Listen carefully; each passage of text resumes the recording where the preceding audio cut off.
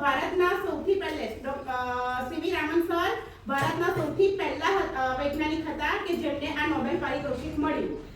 એટલે આ 28મી ફેબ્રુઆરી એમનો જન્મદિવસ નથી પણ આ એમના સંશોધનનો દિવસ છે અને એમને તે દિવસે આપણું નોબેલ પારિતોષિક જાહેર થયું એટલે ભારત સરકાર દ્વારા આપણને 28મી ફેબ્રુઆરીએ વિજ્ઞાન દિવસ તરીકે ઉજવવાનું જાહેર થયું છે અને ત્યારથી આપણે ઉજવીએ છીએ।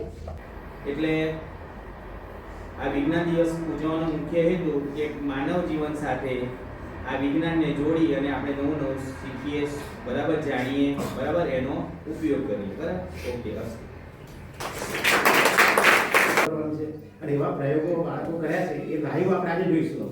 એટલે એ જોવા માટેનો મોકો તમને આજે મળ્યો છે ને એટલા માટે તમે બધા નસીબદાર છો અને એવું ગાઈડલાઈન તમારા મેડમ તરફથી તમને મળી છે, બરાબર? એટલે એના માટે આપણે બધા નસીબદાર છીએ। વિજ્ઞાન દિવસની વાત કરીએ તો વાત કરી કે આજે સર સીવી રામન સર જે છે એમને સરસ મજાનું મોટામાં મોટું જે એવોર્ડ કહેવાય ને આપણે મોટામાં મોટો એવોર્ડ દુનિયાનો, તો એવો દુનિયાનો એવોર્ડ મોટામાં મોટો નોબેલ પારિતોષિક અમને મળ્યો છે। અને બીજો ભારતનો જે મોટામાં મોટો એવોર્ડ કહેવાય ભારત રત્ન એવોર્ડ, એ ભારત રત્ન એવોર્ડ પણ આ 1954ની સાલમાં આ સીવી રામન સાહેબને મળ્યો હતો। એટલે એવા સરસ મજાના જે સાહેબ હતા કે જેમણે આજે સંશોધન કરી અને આપણને વિજ્ઞાનનો સંદેશો આગળ મોકલેલો, એવા સાહેબનો આજે એને શોધનો દિવસ છે એટલે આજે વિજ્ઞાન દિવસ તારીખ 28 ફેબ્રુઆરી આપણે ઉજવીએ છીએ। તમને ખબર પડે દાખલ તો કરવું જ પડશે, આપણે દાખલ છે એને શું કરવાનું, તો કોઈ કે એવી વ્યક્તિએ એમને સંશોધન કર્યું અને એમને બ્રશ કાઢી લીધું, તો હવારે ઉઠાને આપણે બ્રશ કરીએ છીએ, કરીએ નહીં કરતા?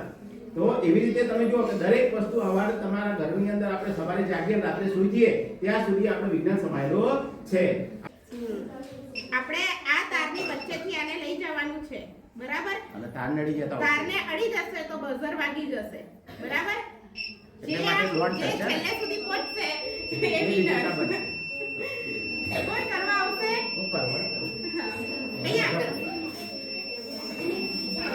હવે બધા કરો 5000।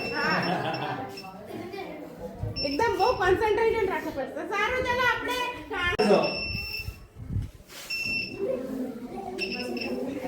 બહુ જ કોન્સન્ટ્રેશનની જેમાં જરૂર છે। નમસ્તે, મારું નામ બારિયા જ્યોતિકાબેન કિરણભાઈ છે। હું ધોરણ 6 માં અભ્યાસ કરું છું। આજે હું તમને ટાંકણી વિશે જે પણ કહીશ તે તમે ધ્યાનથી સાંભળજો। ટાંકણી ગોઠવો।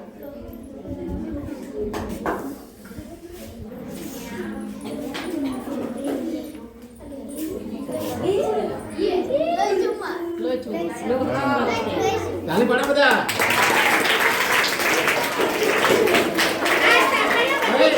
આ ગેમનું નામ શું રાખ્યું? ઉડતી ટાંકણી। અરે વાહ, આ ગેમનું નામ છે ઉડતી ટાંકણી।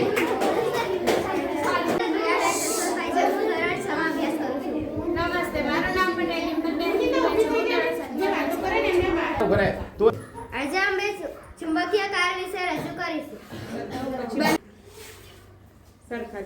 બંને ધ્રુવો સરખા હોવાથી ગાડીઓ ચોટશે નહીં। આમ લે તો ગાડી જાતે હા હવે અને અલગ અલગ હોવાથી બંને ચુંબકને ચોંટી જશે। જો આ પ્રયોગ જે છે પાણીનું શુદ્ધિકરણ, કયો પ્રયોગ છે? શુદ્ધિકરણ। પાણીને ગાળવા માટે એક પદ્ધતિ આપણે, બરાબર? એકદમ દોડું પાણી આવતું હોય તો દોડું પાણી આપણે પીવાય નહીં, પણ એ પાણી જો આપણે ચોખ્ખું કરીને પીવું હોય તો આના માટે અલગ અલગ 4 પ્રકારના અહીંયા મૂકેલા હોય છે આપણે, તો એમાંથી ગળાતું પાણી જ્યારે છેલ્લા પાત્રમાં આવે ત્યારે પાણી ચોખ્ખું થઈ જાય, તો પીવા રાખીએ। આ પાણી વધારે ડોળું તો આ ઓછું ડોળું હોય, બરાબર? ફરીથી આપણે આ જ પ્રક્રિયા બીજી વાર કરીશું ત્યારે આપણને શું મળશે? સાવ ચોખ્ખું થયેલું પાણી, શુદ્ધ પાણી મળશે, બરાબર? નમસ્તે, મારું નામ પટેલ દયાબેન જસવંતભાઈ છે। હું ધોરણ 6 માં અભ્યાસ કરું છું। નમસ્તે, મારું નામ પટેલ નીલેશ્વરીબેન રાકેશભાઈ છે। હું ધોરણ 6 માં અભ્યાસ કરું છું। આજે હું તમને ઓક્સિજનની હાજરી છે કે નહીં તે દર્શાવીશ। પહેલા અમે મીણબત્તીને સળગાવીશું।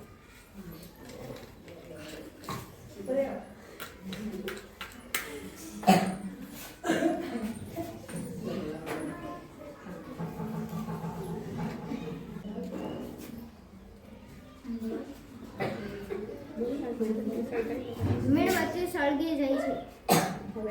હવે એના પર આપણે કાચનો ગ્લાસ મૂકીશું। મૂકી દે અને પછી આમ સાઈડમાં હાથ લઈ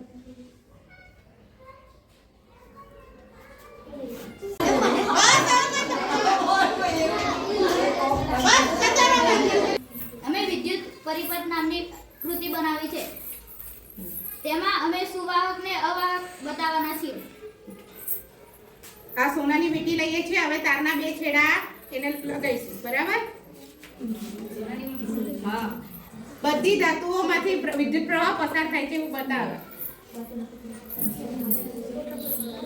જો આપણે સોનાની વીંટીને બે છેડા અડાઈએ છીએ. બરાબર? તો લાઈટ થાય છે? એટલે સોનામાંથી વિદ્યુત